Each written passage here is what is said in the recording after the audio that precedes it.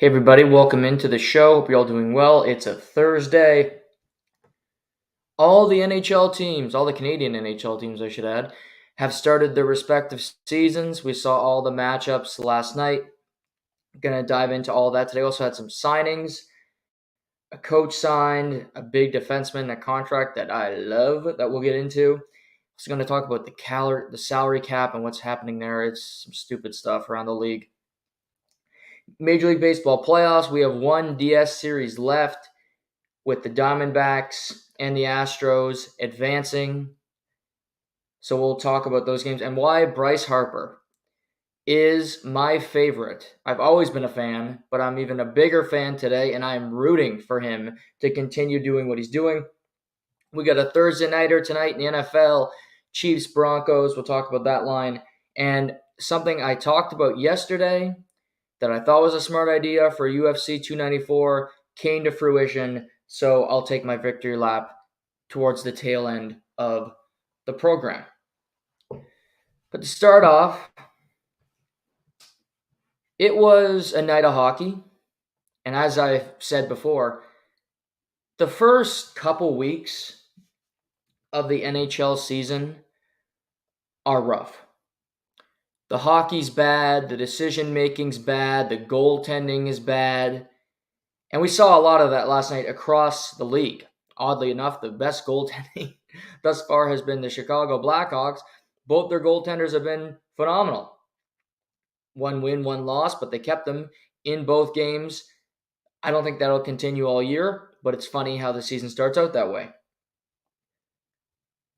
But you looked at that Habs-Leaf game, and if you're Sheldon Keefe, if you're Martin St. Louis, you want to throw that tape away. You don't want to see it again. You don't want to have anything to do with it. The Toronto Maple Leafs should have won that game last night by 4 goals. Montreal is just a really inferior team. They don't have as much talent. They don't have a better goaltender. They are not on Toronto's level, quite frankly, and will never be this season. They are headed for a tough road, for a long season with a lot of losses and hope for development.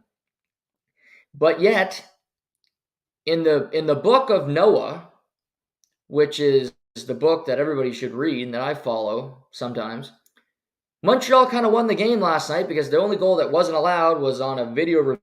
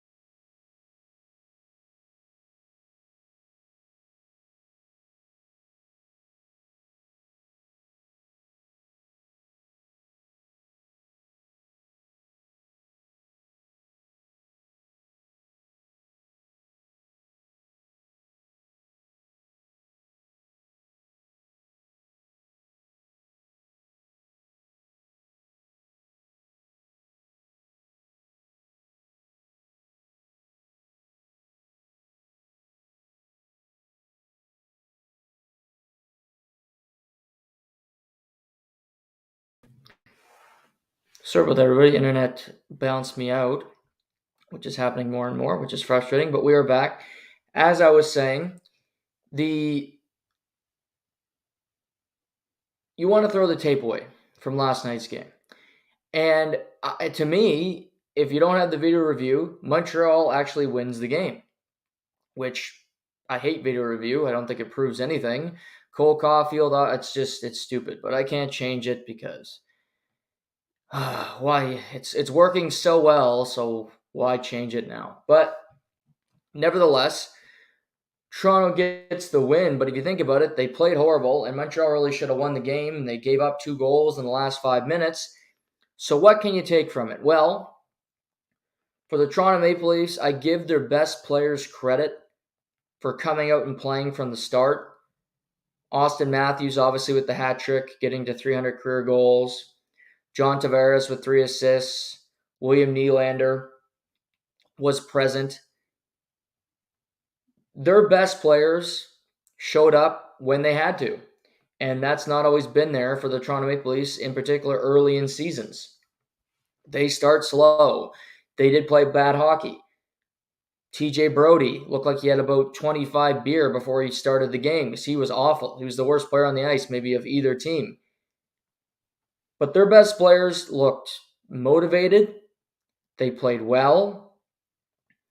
They made their mistakes, but you look around and go, we produced all our scoring, other than Noah Gregor, who got the first Leafs goal of the season. You look across the other lines, Matthew Nyes, I thought was kind of an invisible player last night. Didn't see him, didn't make an impact. Fraser Minton looked like an NHL player to me. That's what I'll say about him. I think, you think he's 19. He'll have to go back to Kamloops. We're not going to keep him for the whole year. I mean, that's the thinking. But I don't subscribe to that because if a player can play, why send him back? Okay, keep your entry level. You look like an NHL player. Will he stay? I don't know. They got to make these decisions. They're tough. But all I know is he can play, and they don't have a whole lot of cap space, and he costs you nothing. So I think there's an advantage of having him with the team. And he's not a hindrance. He makes smart decisions. He's got a good stick. He knows his positions extremely well for a kid that young.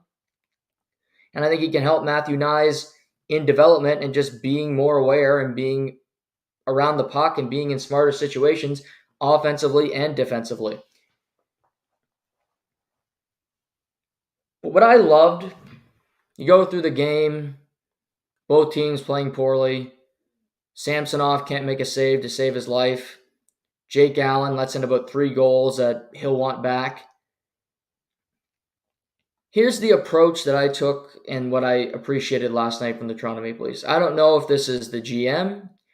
I don't know if this is Guy Boucher, if this is Sheldon Keefe. I don't think they're running things like the Toronto Blue Jays because Sheldon Keefe talked the other day about how he hated what they did in that series, maybe to dispel rumors that that's how they do things in Toronto. It might have been the way they did things because I think Kyle Dubas he was very much the Ross Atkins in Toronto, but I think Treliving is going to give Keefe the opportunity to either be the GOAT or be the hero. 5 minutes to go last night, down 2 goals. Toronto pulls the goalie. I love this. Who gives a crap if you lose the game by 3 goals or 4 goals? Pull the goaltender early. Your best players are on the ice. They are in prime position. Matthews is buzzing. Nylander was buzzing. And they end up scoring 2 goals in that final 5 minutes. And ultimately, they get the 2 points, winning the game in the gimmick. But that was a coaching decision.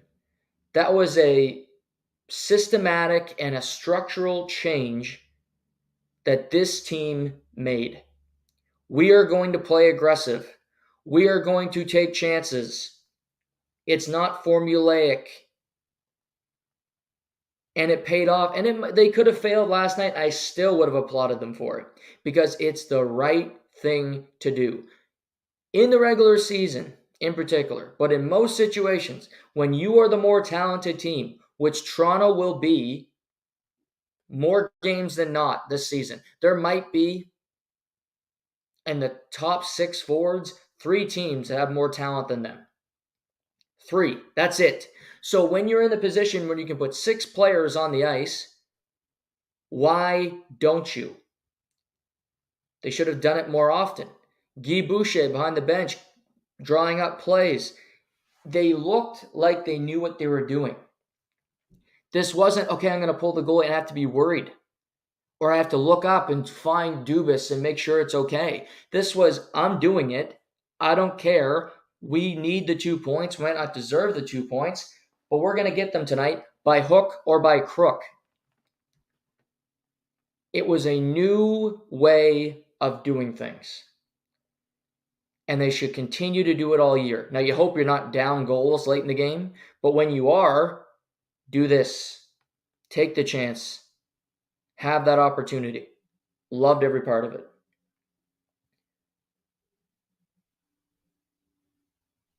Now, Matthews, he's the betting favorite to lead the league in goals, which he should be. He's the best goal scorer in the world. So I think it's great he have a hat trick. It's not surprising though, so I'm not going to bake him a cake. But he had jump. The whole team did. But one game doesn't dispel your trust or distrust in a team. John Klingberg played the second most minutes for the Toronto Maple Leafs last night. He played 24 minutes. And if you look at the box score, he had a couple points, and I'm sure I'll look this up just for fun. I could give a rat's ass the plus minus. Most useless stat in the NHL, but I'll look it up. I'm sure he had a good plus minus. Let's see, Johnny Klingberg. Only a +1. Couldn't have played pretty well there, old heads, but he played 24-38 last night. Couple points. He's on the first power play unit. I thought he was okay.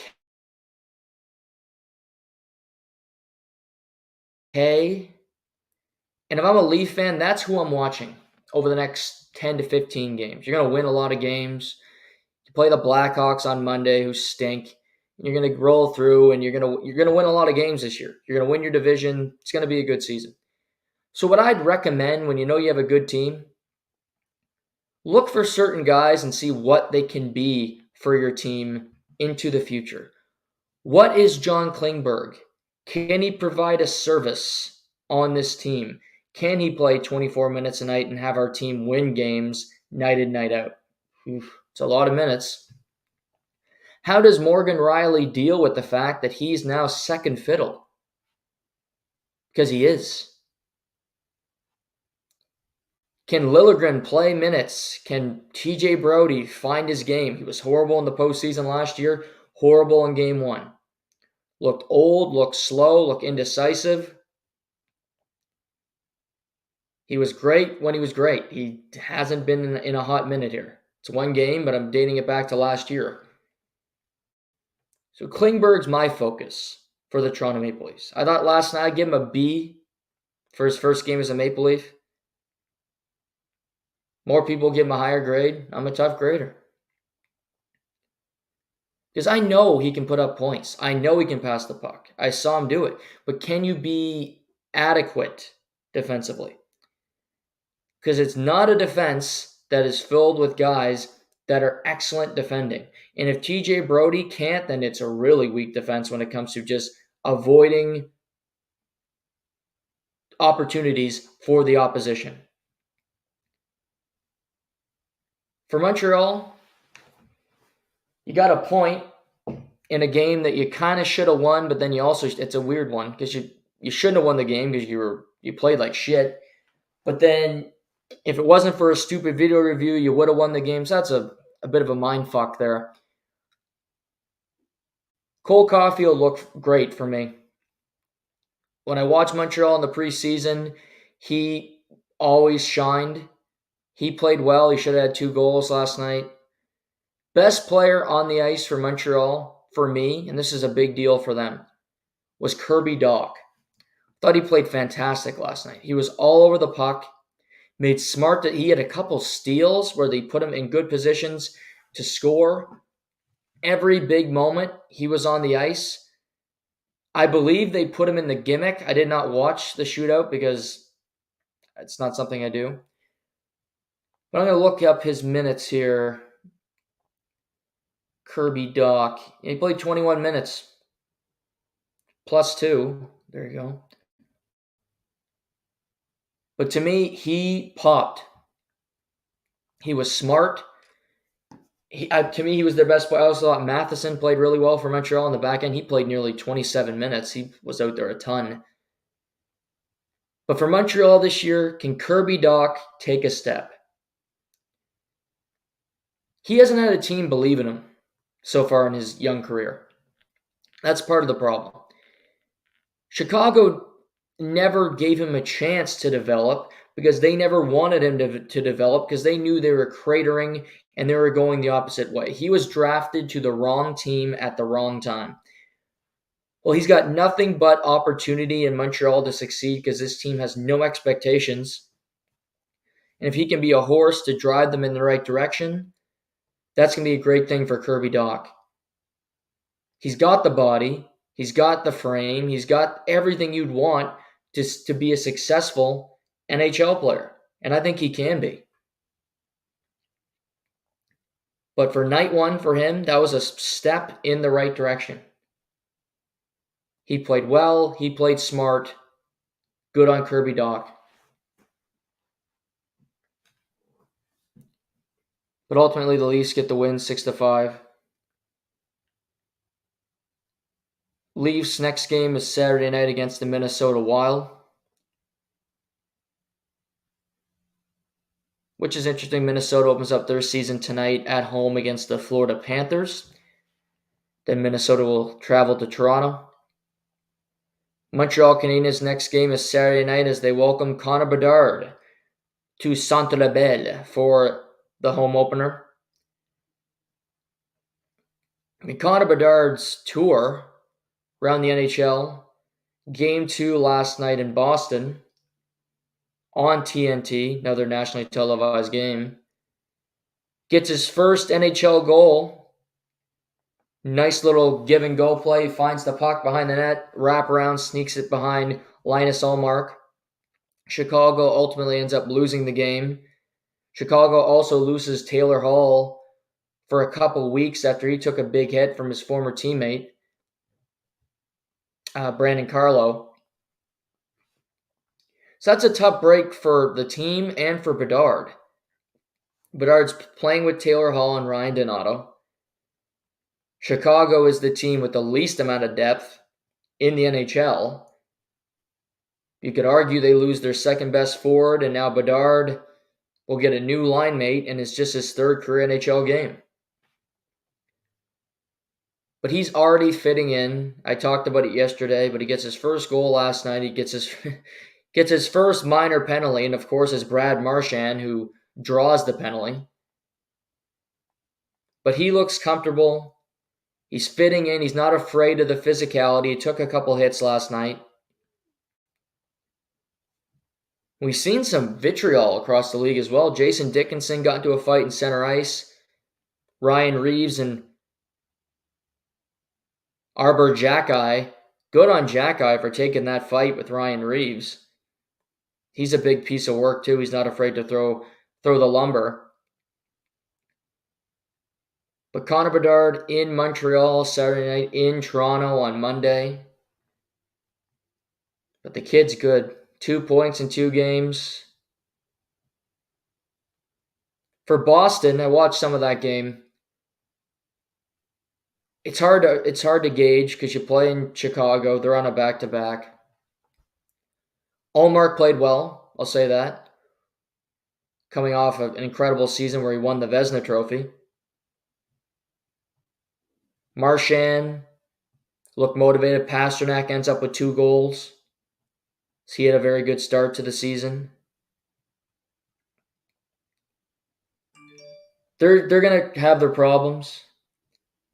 Like I said, not having Bergeron, Charlie Coyle being thrust in the first-line center position. I want to see them play some tougher competition to see those matchups and how they deal with them. Mark Scheifele being signed, it hurts the Boston Bruins because I think they wanted him. Their next game is Saturday, hosting the Nashville Predators. Not exactly the test I envision.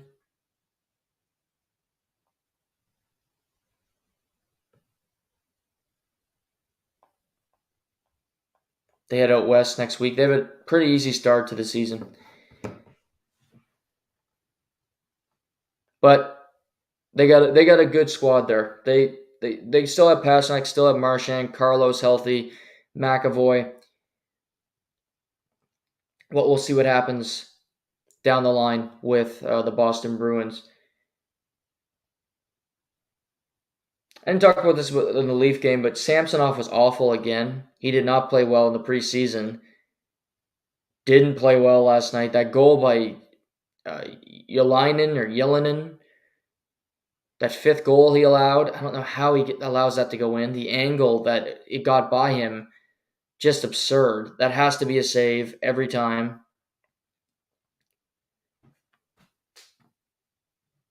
Again, Jake Allen was good, but Samsonov, Joseph Wall, one guy needs to establish himself as well. So Toronto, even a great team, has their question marks. Let's go to Vancouver last night. Talk about a lot of bad hockey. Edmonton was horrible.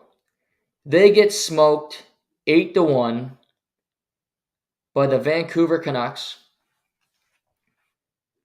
And you can really bring it home with spacing and positioning.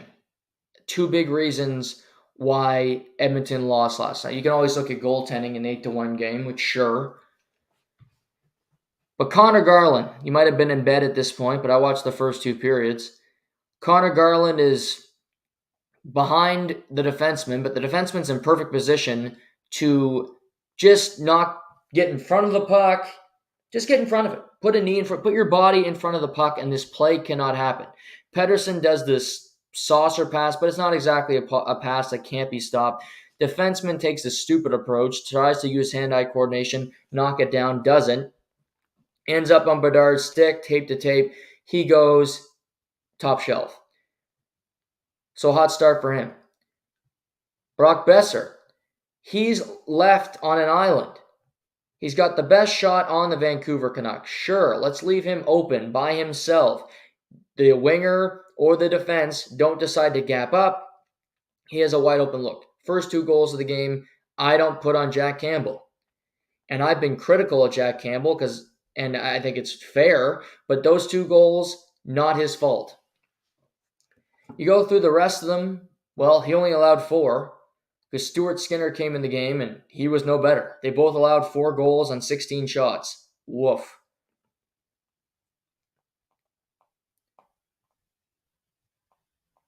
But Brock Besser ends up with 4 goals in just 18 minutes played, which is pretty incredible. Pedersen had 4 points. JT Miller has 4 points. And the Canucks just completely lambasted the Edmonton Oilers. McDavid was held to only 1 point. The team had no pulse. They got outshot. They got out hit. And their goaltending stunk. And this is a game where Thatcher Demko could only play half of it because he left with dehydration.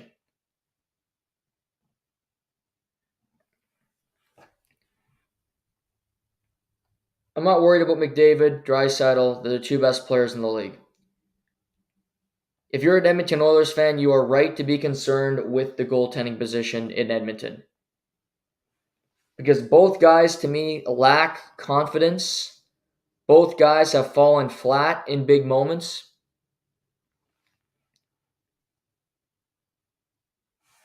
And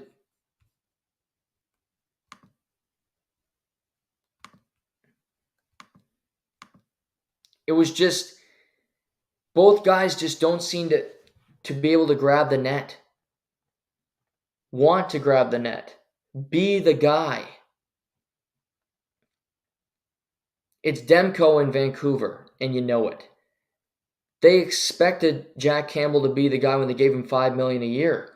But then they signed Stuart Skinner last year, so now it's a tug of war, and neither guy is playing well. And the defense in front of them and their overall team don't play great team defense. So that makes a bad situation horrible. One guy has to make a save. One guy has to have a moment where they show some confidence. Jack Campbell allows a goal, and you know it's going to be just a tidal wave of more and more goals because it gets in his head and he starts thinking about it. And we saw it in Toronto after every game. He does a presser. He blames himself. It's always we lost. You lose a 2-1 game or you lose 1-0, and he's saying, "Oh, it was on me. I should have made that save." No, it isn't. And it's stupid and it seems disingenuous when you bring it up when you lose a 1-0 game. Last night you got shelled. You didn't last 2 periods in the season opener. But the rest of your team sucked too. You could feel it in the first period. They had nothing going. I thought even McDavid had a poor game. He missed a lot of passes. He made a lot of stupid decisions on the power play. Draisaitl wasn't engaged. Evander Kane. Connor Brown was the team's best forward, 5-on-5. He looked good in his Oilers debut. Other than that, not much. In a lot of bad hockey, I got to credit the Vancouver Canucks. Again, it's one game, but they defended incredibly last night. For a team that is not known for playing great team defense, for a team that is not known for structure, they, from the jump, they defended extremely well with their stick position, number one. Defense, stick in the right place. Forwards, oh, you got a pass going through, I got my stick there, pick it off. Puck goes the other way. They were in good, systematic positions to create opportunities the other way and eliminate scoring chances in their own zone. And this was team-wide, but it starts at the top. Pettersson is extremely good at this. He's a guy that could win a Selke trophy this year because now Bergeron's gone. He has the ability. He's the wherewithal. He's a superstar, and he's an extremely intelligent player. But the whole team was defending. The whole team was engaged. A guy like Connor Garland, there's reports right now, he just hired a new agent. He might want out of Vancouver. He played well last night. Maybe it'll work itself out, and he'll play there for a long time. But he scored a big goal. Pettersson, JT Miller, their best players came to play. And Edmonton's simply did not. But Vancouver, Rick Tocchet was hired in February. And those are weird when your season's basically, your season's dead. You're not going to make the playoffs, so it's a weird timing. I always look at even players that are acquired on teams, on bad teams. So say there's a trade deadline sell, and you take pieces back in the deal. Vancouver was one of these teams last year. In the Bo Horvat trade, they get Anthony Beauvillier. In the deal with Detroit, they get Philip Hronek. I want to see what they do now, and I throw away what happened in those last 2 months. How does Rick Tocchet build this team, and how does he want them to play? Last night, they played a really good defensive game. They didn't allow a lot of high-quality opportunities to one of the most dangerous teams in the NHL.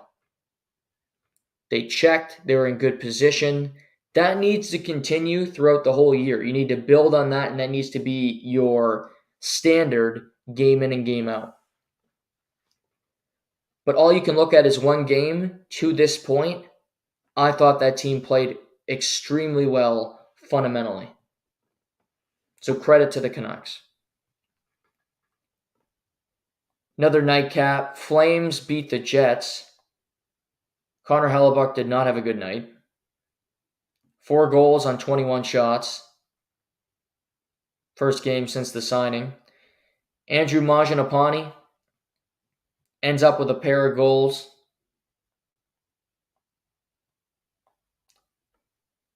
But I'll say for Calgary, this is a back and forth affair. Markstrom was great. 34 saves and 37 shots. Winnipeg played better than Calgary. But Markstrom needed a start to the season like this after a really poor one last year. But I think for Calgary, take small positives. They get 2 goals from their back end. A shorthanded goal, one of them by Rasmus Andersson. Mangiapane, Lindholm had multiple points last night. Huberdeau had 2 assists in the third period.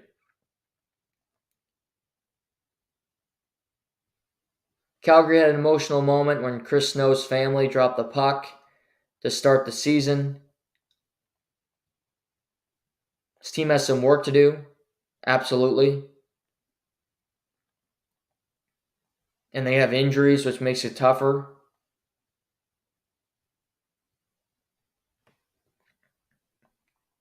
But they have a team where I don't think anybody has to be a hero. You look at their ice times last night. Elias Lindholm led the team in ice time, a forward. They balanced it out. Majanapani played 16 minutes. Lindholm played almost 22. Kadri, 18. Huberdeau, 18. So I think they can find lines where everybody can fit in. Their fourth line didn't play much, 6 minutes. Dubé, 14.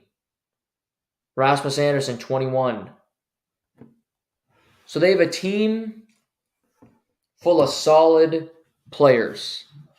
And for them, like Vancouver, although I think Calgary's a better team, you have a goaltender that can steal you games that you probably shouldn't win. Winnipeg should have won last night, but they didn't because Jacob Markstrom said no. He was better than Hellebuck by a wide margin. And Scheifele scored, and you had some big moments. A couple of the the LA Kings guys that you bring in, they get their first points of the season. And the Jets look solid. But Markstrom steals you a game. You didn't get those steals last year. You didn't get those games where you look at it and go, okay, we shouldn't have got those points tonight, but our goaltender made sure that we did. So that's something that the Calgary Flames can look around and go, oh, we have that again. We have the guy that we can trust to get us those 2 points if we don't have our best stuff. And that is a luxury that not many teams in the league have. Toronto doesn't. Edmonton doesn't. The best teams. Very few do. Vegas, maybe, but not as much that you trust than Markstrom or Demko. Montreal, Ottawa. Korpisalo, his first game as an Ottawa Senator last night, he couldn't have played worse. He allowed 2 goals from 25 feet out, it seemed. Brady Shea throws a puck from the point, no screen, no deflection, just straight through top shelf. Can't go in. Any world cannot go in. And Ottawa battled with Carolina. Carolina did their thing. Beautiful play by Jordan Staal, stealing the puck from my guy, Timmy Stützle, that led to a goal. Bad turnover. In the third period, they're down 3-1. They score 2 goals in 30 seconds. Stützle goes top shelf. And then Korpisalo happened. Same thing for the Ottawa Senators. You need those. For them, they allowed a power play goal last night, and they allowed a shorthanded goal. Can't happen. Nobody loves Jacob Slavin more than me, but he went bar down on Korpisalo, and he should not be going bar down on anybody. He should just be playing so many minutes and looking fantastic and doing it and still being underrated somehow. We look last night, Slavin only played 17 minutes. Pesce, Orlov, they didn't play them a whole lot. They balanced them out.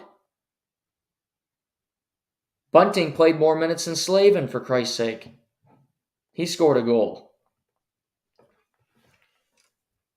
For Ottawa, they're in a tough spot because they're in one of these teams that are in a cap crunch. LA is in the same position.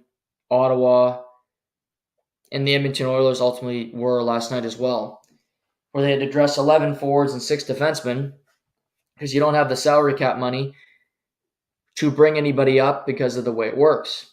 It looks like all those teams will be able to do an emergency recall for their respective games this coming weekend. I don't have a problem with the salary cap like other people do. If you're a fan of the Rangers, Montreal, Toronto, I understand why you wouldn't like it. And maybe the baseball playoffs this year is showing that it really doesn't matter how much money you spend, because if your players aren't good enough, then you'll end up losing anyway. So there's pros and cons to every debate. But what I will say is I hate this part of the salary cap, that you need to find dollars and cents to make things work. Because Josh Norris is injured, because you can't find the money to bring in Shane Pinto, Ottawa has to play with fewer players, and ultimately it hurts them. Same thing with the Los Angeles Kings, same thing with the Edmonton Oilers. You shouldn't be penalized for one game to be able to have an emergency recall in the second game. It doesn't make any sense.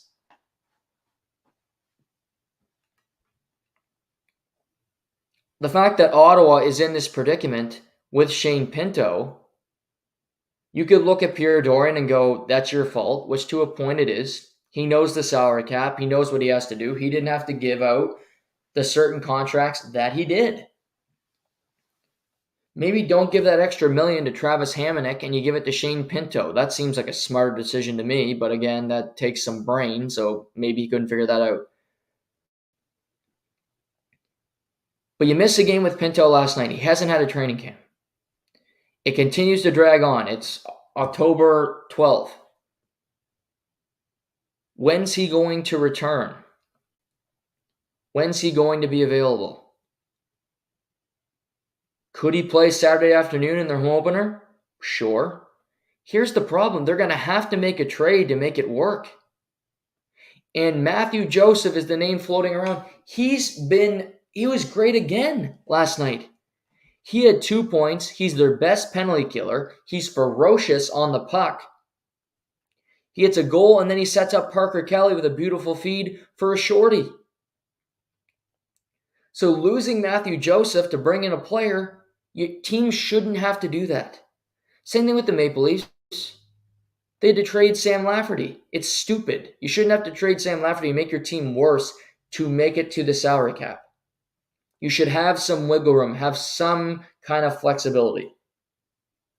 I'm not for just spending wildly if you have more money than others, because I truly think it makes the sport worse, because the Dodgers have won the National League West 10 of the last 11 years.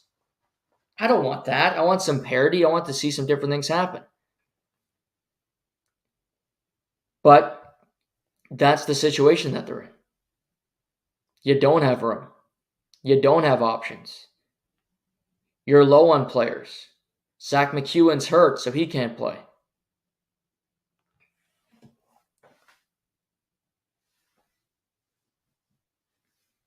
Ottawa in a tough position. But if I'm a team around the league and you know Ottawa's stuck, I'd take Matthew Joseph. You might look at that contract and go, I don't love it. But he's 26. It's not as if he's an old man here. He signed a 4-year, $11.8 million contract with the Ottawa Senators of July 28th of 2022. So almost $3 million a year for Matthew Joseph, which isn't cheap. I'll throw in. Yes, that's a bigger number. It's not an easy one to trade.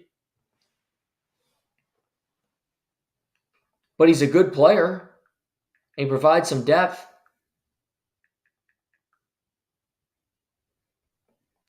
Looking up the teams with the most cap space as we stand, Chicago,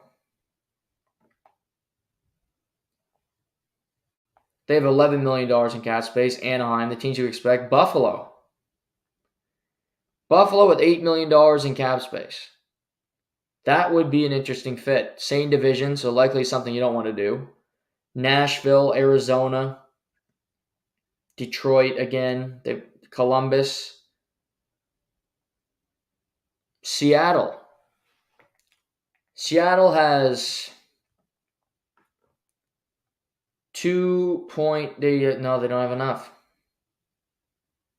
just a little under the number. Because he'd be perfect in Seattle. He'd fit into that team extremely well. The work ethic, proving it, people not believing in you. Columbus would be interesting as well. They're 7th on the list with a little over $3 million, so they could afford him. They like their young players, but I think Columbus could use some more depth, a guy in that 3rd to 4th line position that can go and play extremely hard for you. I don't know what Ottawa's going to do, but they're in a tough spot right now, and it's not going to get better overnight. I don't expect Shane Pinto to play in the game on Saturday. If Josh Norris is not available again, you're without another top-line centerman.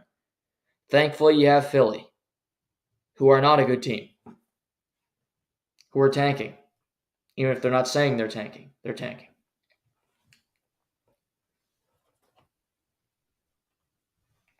But the Senators lose their opener. This weekend's important for them. For other teams, okay, you have a slow start to the season. I'll trust you to bounce back. I don't trust the Senators.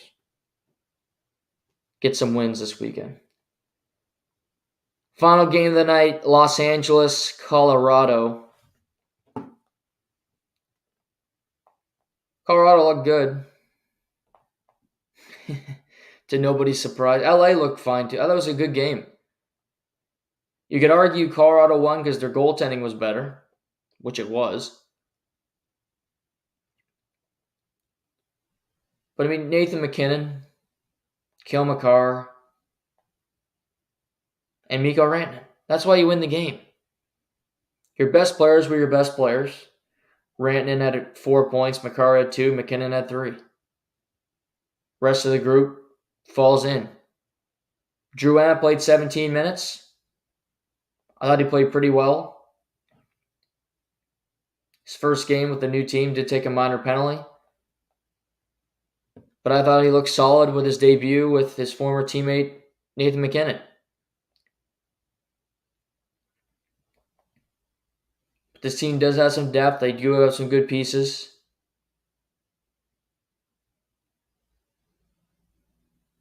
Devon Taves. I think Devon Taves, he's damn good. He played 24 minutes last night. Most, you could argue, other than my guy Slavin, most underrated D in the league. But Los Angeles looks solid. Byfield gets a goal early in the season, so that's a positive for him. They hope for a big year from him. But it was a good night of hockey. Really solid night of hockey. We get tonight's action. Rangers Sabres. Interesting there. Just as the games were kicking off last night, Buffalo Sabres announced that they have agreed to a 7-year, $8.35 million per season deal with one Owen Power. I love this deal. For the team, and Power takes it, and I credit him for doing it. This is going to be a steal. This is going to be the Draisaitl contract that we look back on and go, wow, look at what he just got. Owen Power is a beast on the back end. He skates so well. He moves so well. He's going to put up more and more points as he gets older. He's still a kid, and he looked great in his rookie season. To me, he should have been the Rookie of the Year over Matty Beniers, but we won't hedge today. He's only going to continue to grow. There's not a whole lot of great defensemen in the NHL, as I pointed out yesterday. He's already one of them. He's already one of the greats. Just his skill alone, his body shape, the way he moves. The Buffalo Sabres are keeping their homegrown pieces. Some will argue they paid them a lot of money up front because nobody wants to play in Buffalo. Okay. That can be true. Keeping Cousins, keeping Samuelson, keeping Dahlin, now signing Owen Power. I think what they're doing is acknowledging the fact that they have a lot of talent on this roster. A lot of young talent that can be even better if they can continue to grow. Why allow them to have great seasons where they will ask for more money? Why not just lock them up now and then they're here for a long time? I'm not allowing Owen Power to become an RFA, let alone a UFA. Because if I'm another team, I am signing him to an offer sheet. Because those defensemen don't just grow on trees. But before you can get to a summer where he is a restricted free agent, he signs a 7-year extension. So this year and 7 more with Owen Power as a member of the Buffalo Sabres. Darlene for 9 years, this year plus 8 more.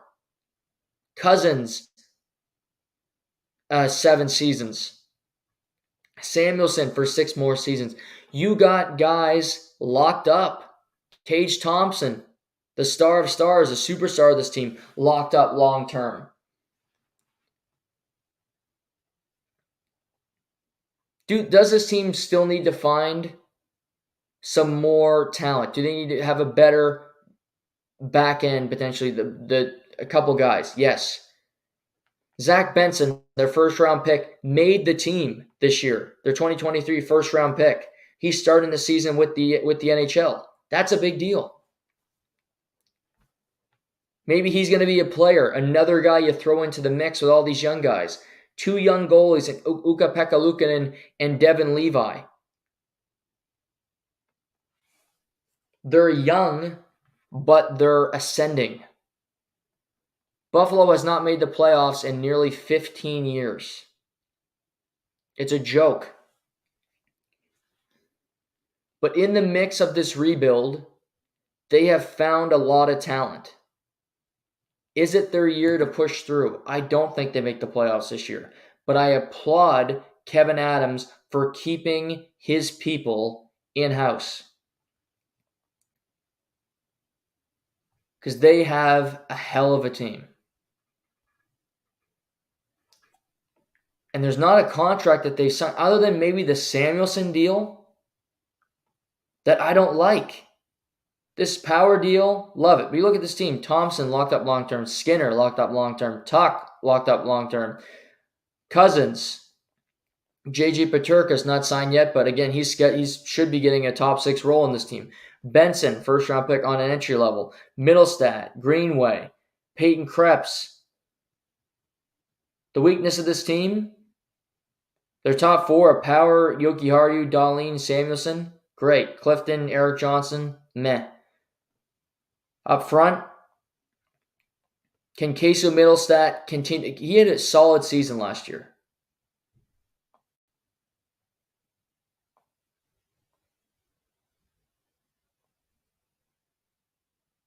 He looked solid. He continued to get better as the year went on. I thought after the deadline, he had more and more confidence. But Tuck is an ultimate leader. Oposo stays on. They will compete this year. They're going to be a fun team to watch. And I'm not letting Owen Power be free or have anybody else get a look at him because he's only going to get better. His ability to move the puck, his plays at the blue line, this kid is the real deal. He's a first overall pick that's going to be a hit, that's going to be a star for many, many years to come. If you hear anybody that doesn't like this contract, I think it's because they haven't seen him play. I was fortunate enough to get to see him play at the World Juniors before the shutdown in Edmonton. The 2-day trip that my cousin and I went on before COVID ended the tournament.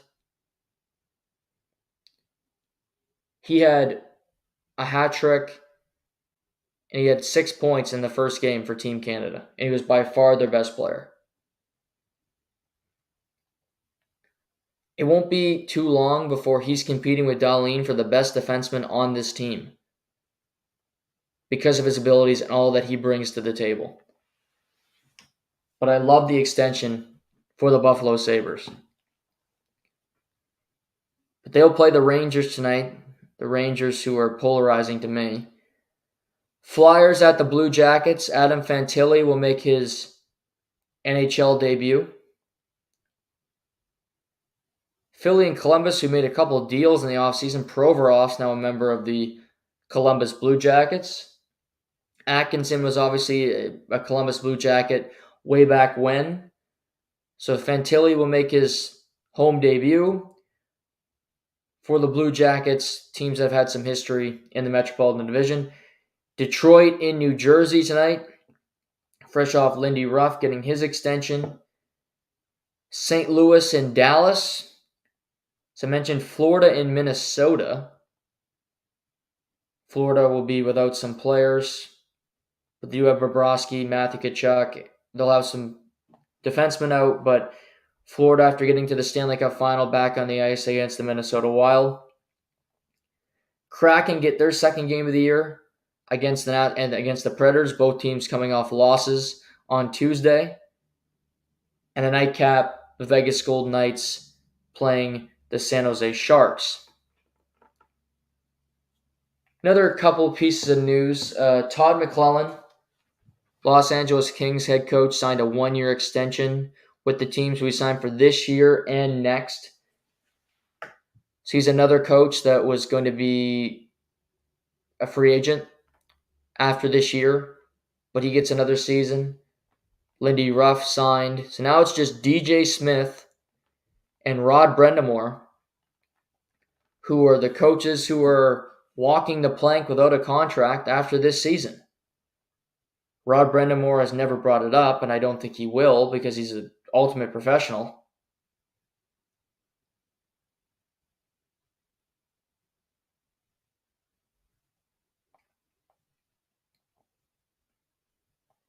But it's something else that he doesn't have one. It's a weird thing that you could argue the best coach in the league does not have a contract for next season. But again, let Brind'Amour hit the open market, Carolina. You won't be able to match those offers. But those are the games this evening. A solid night of hockey last night. We'll talk about it tomorrow. We're going to get to baseball in a second, but we had some breaking news here. The Denver Broncos, who play this evening against the Kansas City Chiefs Thursday Night Football, they released Randy Gregory last week, decided that they wanted to play younger players moving forward. 1-4 season. He was not part of their future. Ultimately, he goes to San Francisco. He should be active this weekend. Well, another name they brought in this offseason, Frank Clark, Super Bowl champion with the Kansas City Chiefs, second most sacks in postseason history of the NFL. Per Field Yates of the Mothership, the Broncos are parting ways with defensive end / linebacker Frank Clark. The team will trade him or release him. According to Mike Garofalo, he agreed to take a pay cut from his $3.5 million salary. So a deal could get done, hypothetically. But if he's released, he'll be free for everybody. Kansas City's defense has been very good. But would he want to go back to Kansas City? Play in that mix? Never hurts to have another pass rusher. George Karlaftis has popped in the games this year. Obviously, Chris Jones is a stud of studs. But he knows that defensive system. He knows that he can win a Super Bowl. He's not a young guy. How many years does he have left in the league? I think that makes perfect sense if he wanted to go back to Kansas City. They might not have a spot for him, but if I was Kansas City, I'd find the money and I'd find the spot because he can help your team. He can come in, play next week, and you won't have to worry about him being in a bad situation. But that's interesting that Denver is parted with their second pass rusher in as many weeks. And if they lose tonight, that fire sale, I think, is going to start up. They will be shopping pieces. Denver in Kansas City tonight. They're a 10.5-point road dog. That makes Kansas City a 10.5-point home favorite. Travis Kelce, Taylor Townsend, all questionable, but it looks like they're going to play. Also, Nick Bolton, their linebacker, who's missed the last number of weeks, is returning and will play tonight. Russell Wilson has been a great first-half quarterback, a horrible second-half quarterback. Denver's allowing 36 points per game, their defense, which is worst in the NFL.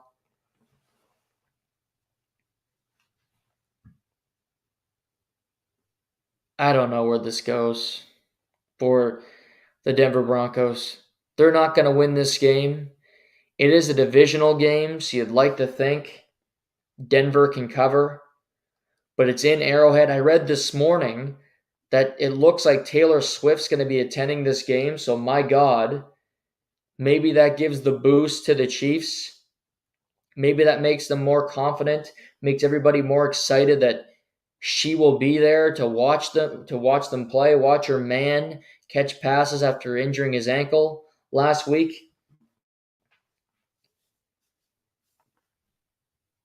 Big spread. But if I was betting tonight, I lay the points. Kansas City, minus 10.5. Other NFL news, the Dolphins put their running back, Devon Achane, who's a rookie this year, 4th-round pick, on IR. He'll miss at least the next 4 games. He's currently 2nd in the NFL in rushing, despite the fact that he has 30 less carries than most backs. He has 7 touchdowns in 3 games. He's just been phenomenal in that Mike McDaniel Dolphins offense, averaging 12 yards a carry. But he's out. Jeff Wilson Jr. looks like he's going to be returning from injury. So it'll be Jeff Wilson Jr., Raheem Mostert running the football for the Dolphins. In the near future, they don't have to worry. They have the Carolina Panthers this weekend. We'll talk about the games tomorrow, but they're a massive favorite at home facing the Panthers, the only team without a win in the NFL. But Dolphins are without Devon Achane the next number of weeks. I feel for Al Michaels today, one of the best play-by-play men of all time. He has to call this game. He has to call this game. He does not want to be there. Every Thursday night game sucks. He took the money, but he'd love to be back on NBC with Chris Collinsworth doing their thing. But instead, he's in Kansas City watching a 1-4 team play a 4-1 team. And he'll do it well because he's Al Michaels and he's the best, if not the best of all time. He can look forward to seeing Jags Saints in Week 7, which is better. Then Bucks Bills, which is pretty good. Titans Steelers, Panthers Bears, Week 10. Still get some stinkers in there. Patriots Steelers, woof. Jets Browns, Week 17. Al Michaels, be okay, my friend. Forgot to mention this on the NHL front. Brett Howden, we talked yesterday, he had that hit on Brandon Tanev. He was suspended for 2 games, so he will miss tonight's game against the San Jose Sharks and their game against Carolina, I believe, on Saturday. So he'll be out the next 2 games. Vegas, none of those teams in the cap crunch. They don't have a whole lot of money to move around. So it could be difficult for them to field the lineup tonight, but the NHL won't publicize that all that much. Let's go to baseball. The Astros are off to their 7th straight American League Championship Series. Think of the series. Jose Abreu hit 3 homers in 4 games. Not a guy who's known for his power numbers. A veteran who they brought over after losing Gurriel to the Miami Marlins. 4 playoff games, 3 homers, 8 RBIs. He's batting over 300, and he's 36 years old. He's been in the league a minute. Only had 18 homers in 141 games in the regular season. Batting .237, but that's the postseason for you. Jose Urquidy goes 5 2/3. Was solid. The bullpen, how about this? Hector Neris, 4 batters faced, 3 strikeouts. Abreu, 2 strikeouts, 3 batters faced, and Presley struck out the side to finish the series. Twins had a good go. Royce Lewis had a number of home runs. They won the wild card round. They won multiple playoff games for the first time since 2004. They were a divisional champion that had to go through the wild card system. They beat the Toronto Blue Jays. They have good pitching moving forward. They still will have Pablo Lopez. They'll still have Sonny Gray, Joe Ryan. Carlos Correa signed up long term. So I think the Twins should have a positive outlook on this season. Baltimore did their year-end presser, and Brandon Hyde said the same thing. I think Baltimore should be happier than, say, Minnesota, because I think Baltimore is a team that can be good for the next 5 to 10 years, that maybe Baltimore could be the Astros of the, say, 2025 to 2035, or the Astros' 7th straight American League Championship Series. But they're just a well-oiled machine. You love to see Dusty Baker happy, drinking beer in Minnesota, moving on, and now we get an all-Texas ALCS. Texas Rangers, Houston Astros. They get to sit and wait. Game 1 will be Sunday. But that team of Altuve and Bregman and all that they've done, it's truly incredible what they've accomplished in Houston. And they continue to do it. But they face a tough test coming up. A team that they won 7 out of 11 games against this season. These two teams have a lot of history. They know each other well. Max Scherzer could be available. But 2 offenses have the opportunity to really strike. Should make for a fun-filled ALCS. The nightcap, the Arizona Diamondbacks sweep the Los Angeles Dodgers. Baseball has been around for a long time. It's been a lot of games, a lot of things happen. For the first time in the history of baseball last night, the Arizona Diamondbacks hit 4 solo home runs in 1 inning. First time in the history of the game. And it was something special. Started off with Perdomo, who hadn't had a hit in the series, hadn't had a hit in the postseason to this point. Their number 9 hitter hits one over the wall. Ketel Marte, after Corbin Carroll couldn't get a hit, homer. Christian Walker comes up, home run. Here comes Gabriel Moreno, former catcher of the Toronto Blue Jays, guy that was dealt in the Dalton Varsho trade. Looks like he hits a home run to right field. Oh, just a low outside, and it was foul. They review it, of course. We come back. Lance Lynn, next pitch, throws a pizza right in the middle of the plate. How about Gaby Moreno hits a homer to dead center? So he hits basically a home run back-to-back at-bats. 4 solo home runs in the same inning, all off Lance Lynn, who, if you tally the regular season and the postseason, he allowed 48 home runs, which is the most in baseball. That's all the Diamondbacks needed. They scored 4 runs in the game. They only allowed 2. Their bullpen was solid. The young pitcher, Fapt, did his job, went 4 1/3. And Paul Sewald gets another close, and the Diamondbacks move on to the NLCS for the first time since 2007. A young team that continues to find it. Gabriel Moreno, not a power hitter according to Ross Atkins and the Blue Jays brass, has 2 home runs in the postseason, in big moments. Gurriel had 2 hits on the night as well, and the Diamondbacks advance. For the Dodgers, their pitching was horrible, and that's why I didn't think they'd win this series. But their bats let them down. Looking at the series, Mookie Betts did not have a hit in 3 games. Freddie Freeman had 1 hit in 4 games.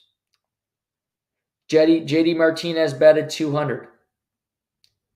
Max Muncy batted .182. Jason Hayward did not have a hit in the entire series. Outman did not have a hit in the entire series. It was a sad state of affairs. They were relying on people that they did not trust, and ultimately Dave Roberts and the Dodgers go down 0-3. Game 1 very well could have been Clayton Kershaw's last game as a member of the Dodgers. I thought it was going to be last year, but they brought him back, and he was very solid in the regular season, but he turned into postseason Kershaw, which is quite a disaster. 1/3 of an inning, 6 earned runs. He had never gone through a game in his entire career of not getting through at least 1 inning of work.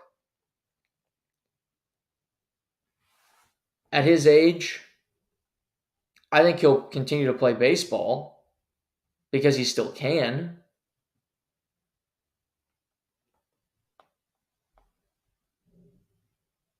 But he's 35 years old. He's played 16 seasons in the majors, all for the Dodgers. 2023, he only threw 131 and 2/3 innings, 126 in 2022, 121 in 2021. So he's not a high inning guy. He gets injured every year. Not as reliable as maybe might seem. Texas spends a lot of money. They reportedly won him last offseason. Maybe they will. But again, they're getting to an ALCS without Clayton Kershaw at his advanced age. I think he gets another contract, but the Dodgers have a lot of decisions to make. Julio Urias is unlikely to pitch again, maybe in the major leagues, let alone for the Dodgers. May is gone for next season with Tommy John. They will get Walker Buehler back, which is a big sigh of relief. But you'll have Buehler, no Tony Gonsolin, no Urias, potentially no Kershaw. That's 3 of your 5 starting pitchers this year. They're not going to bring Lance Lynn back. He was no good for the White Sox. He was no good for the Dodgers. Bobby Miller, do you bring him back? He wasn't all that good. They could have a whole new rotation with Walker Buehler next year, and they could be a team that does it because they have the money to spend. It doesn't rule out the fact that they very well could win the NL West again next year because they're the Dodgers and they have Mookie Betts and they have Freddie Freeman. But they lost to the Diamondbacks because the Diamondbacks have Zach Gallen.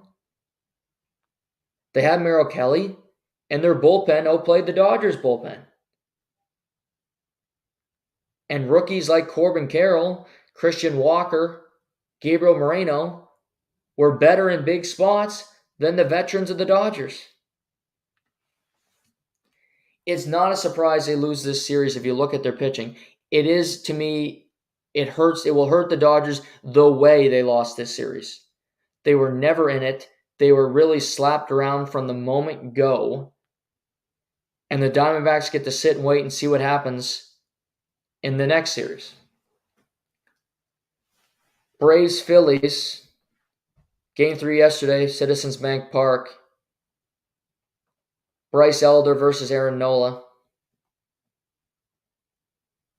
Game starts and Acuna gets a double. Albies drives him in. Okay, Braves get the lead early. Didn't last long. Bottom third, Castellanos, solo shot. Trey Turner, Brandon Marsh get on base. And Bryce Harper launches a 3-run shot to make it a 4-1 game. And ultimately, the Phillies hit 6 homers in the game, which is tied for the most all-time in the history of the NLDS with the 2015 Cubs. Bryce Harper hits another home run during the game.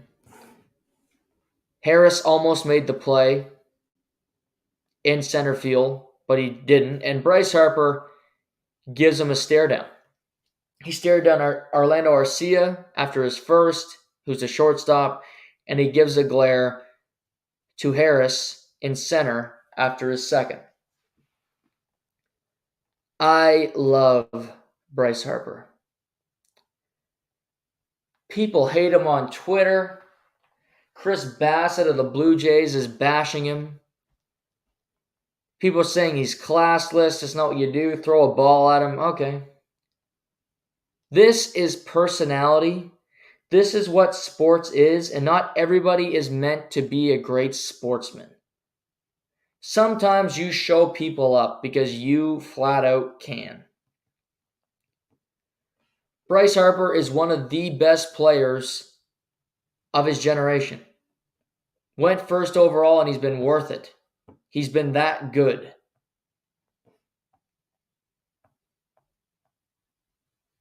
He's got the most home runs in the history of the DS now, which is an interesting fact. But he's batting .455 in this series. .353 for the postseason, 3 homers, 5 ribbies, 7 runs scored. I don't care if people are upset. The Braves fans are upset. And people are mad that Bryce Harper is acting this way and it's not professional. Wah. Keep doing it. Keep doing it to these people. Keep doing it. I love it. It's awesome.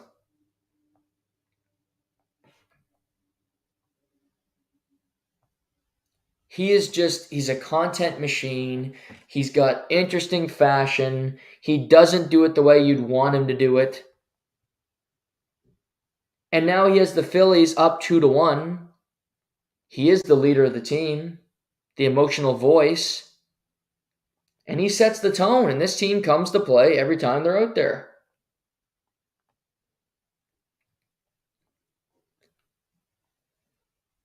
Phillies are just hitting home runs. Aaron Nola was phenomenal yesterday. 5 2/3, only gave up 2 earned, 9 strikeouts, which is a playoff career high for him. Their bullpen comes in the game, they don't give up an earned run. But look, Trey Turner 2 hits, Harper 2 hits, Castellanos 2 hits, Marsh went 3 for 4. Real Muto 2 hits. Balanced lineup. Braves, Albies, Riley, Acuna. 2 hits. The rest of them, pretty quiet. This series is not over because you have the 2 best teams in baseball, as I've been talking about. And Spencer Strider, who had 20 wins in the regular season, will be pitching this afternoon for the Braves against Ranger Suarez. He pitched in game 1. They're kind of bumping up his start. They need a win today, and he's going to pitch. Which means we would get Zach Wheeler and Max Fried in a potential game 5 if the Braves can win today.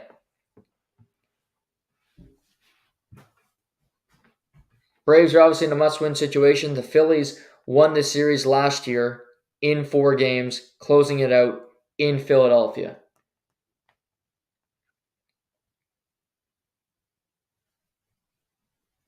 Strider is the X factor because they have the better starting pitcher today, but the Phillies' bats are just coming alive at the right moment. We've seen Dodgers got the bye, didn't have to play in the wild card. You're out. Astros got the bye, they found a way to win. The Baltimore Orioles got the bye. The Dodgers and the Orioles, a combined 200 wins, did not have one victory in the postseason after not playing in the wild card round, sitting out and waiting. Clearly, it has not been an advantage. The Braves are on the brink of elimination. There could be 3 100-win teams out before the championship series. The crazy thing, if the Phillies win this series, which I predicted they would and I think they will, the Astros will be the last divisional winner left. Phillies wild card, Diamondbacks wild card, and the Texas Rangers, a wild card team. More craziness, Arizona and Texas, the third wild card team in each conference. Wild stuff. Not to mention, the Phillies, if they win this series, will host the Diamondbacks. And they're a wild card team in the championship series. That never happens. But I'm telling you, if I'm an owner, if I'm looking at baseball, I hate this new wild card system because clearly sitting out doesn't help. Teams that get to play in those wild card series get through it. They keep playing day after day after day. There's an advantage to that. Texas and Houston sit and wait. So they face the same disadvantage coming up. Arizona wrapped up their series last night. They may not play until Monday. Because if the Braves win today and force a Game 5, it's Saturday, and that'll start on Monday, I believe. Game 1. In either Philly or in Atlanta. So they will wait around for their next opponent. Recover from their hangover from last night.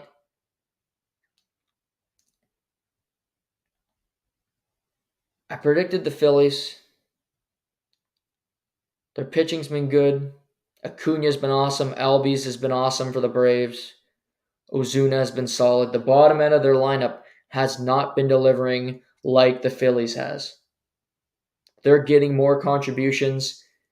And in the big moments, the Phillies are hitting home runs. They're getting more and more runs brought in, while the Braves are kind of beating you by 1,000 paper cuts. The Phillies are doing it more abrupt. They're doing it quickly.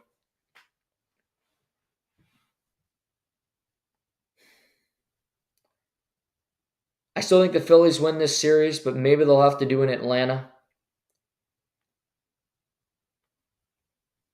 I'm going to go Phillies today. They're going to wrap it up. I just think that offense, that home crowd, they have Atlanta's number in the postseason. They just do. They know how to beat them. They figured it out. They know the formula. A Game 5 dramatic Saturday night would be fantastic. Don't get me wrong. I'm all for it. Sign me up. But I'm going to say the Phillies finish it out today at home. That's a 9:07 first pitch this evening, Atlantic time. We'll now get to the UFC.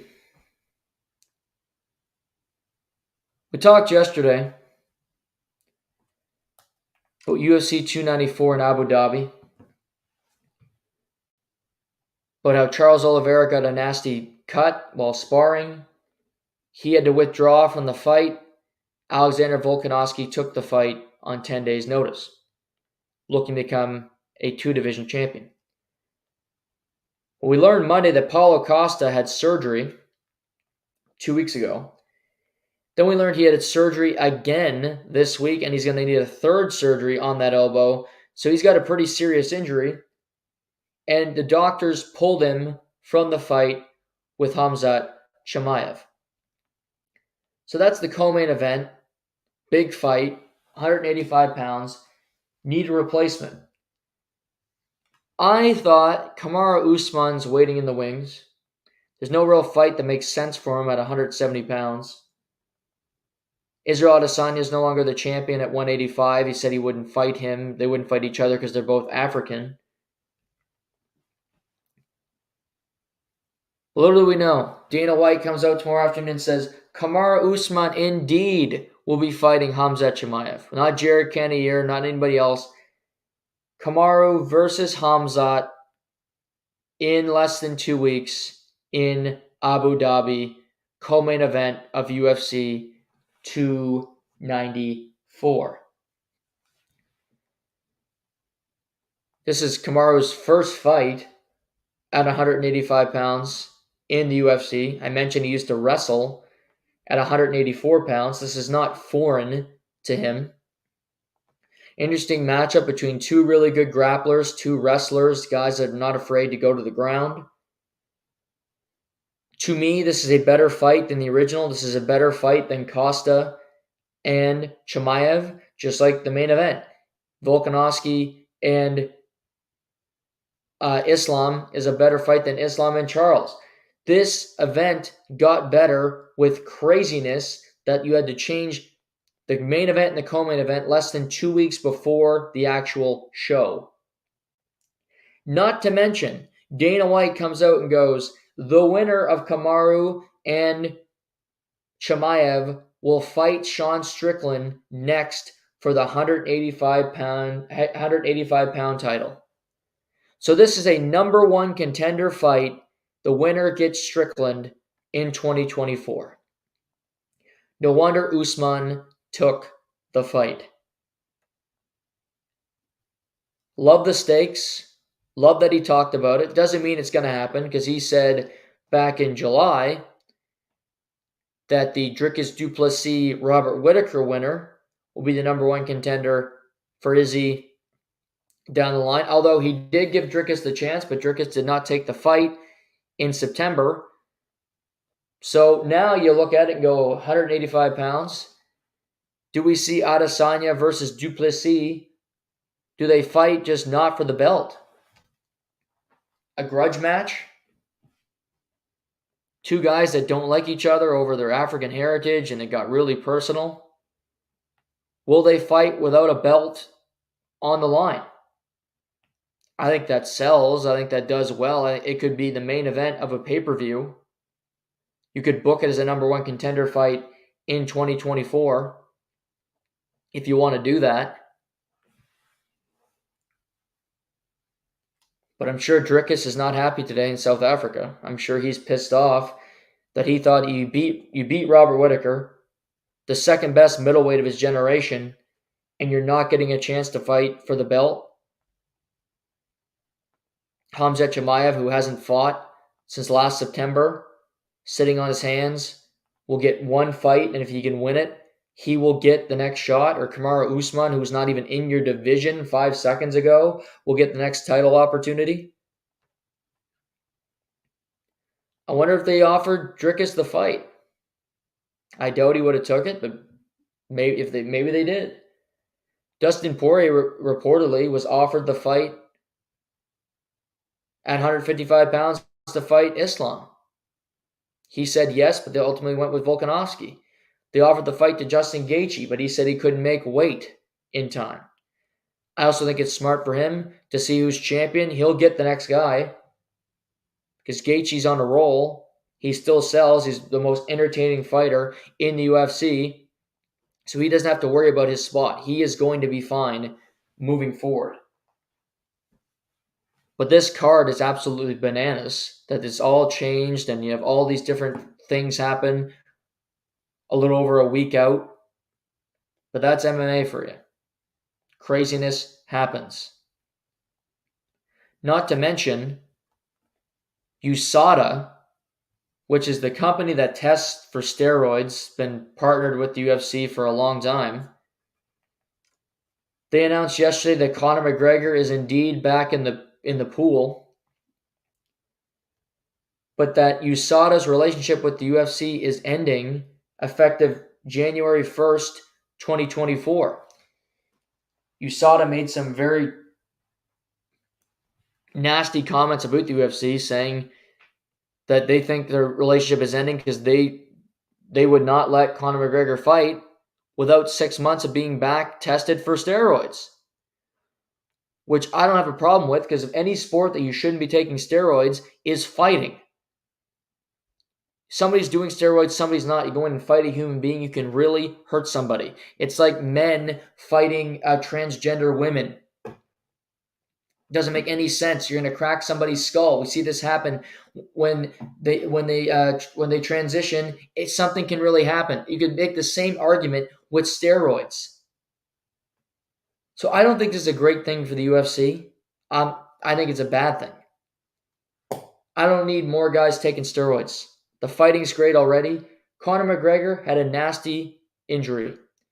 I truly believe he did take steroids because he needed to get back and he needed them to feel healthy again. Which it was a horrible injury, one of the worst in the sport's history, no doubt about it. However,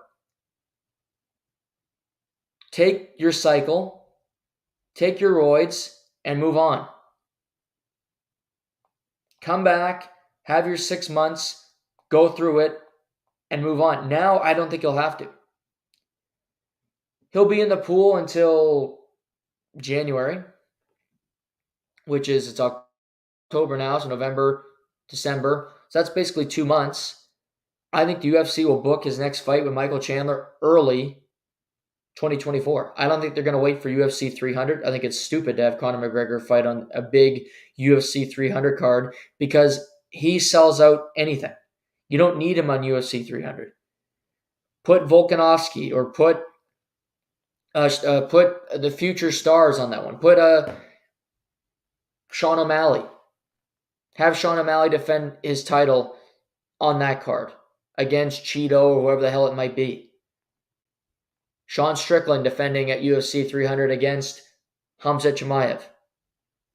That's a smarter thing. They'll do a card. Maybe it'll be in February. Maybe it'll be in March with a main event that's not for a championship. Like they did a year ago with Colby Covington and Jorge Masvidal that was labeled a grudge match. Doesn't have to be a title involved. You don't need it. It will sell in Las Vegas, wherever you want to put it. Jerry World, find the venue, and you'll sell tickets. UFC likes to put two pay-per-views last year in March. They could do the same thing this year, just with a Chandler McGregor pay-per-view and potentially UFC 300 later in the month. It could be you could market it as the biggest month in UFC history, whether it's true or not.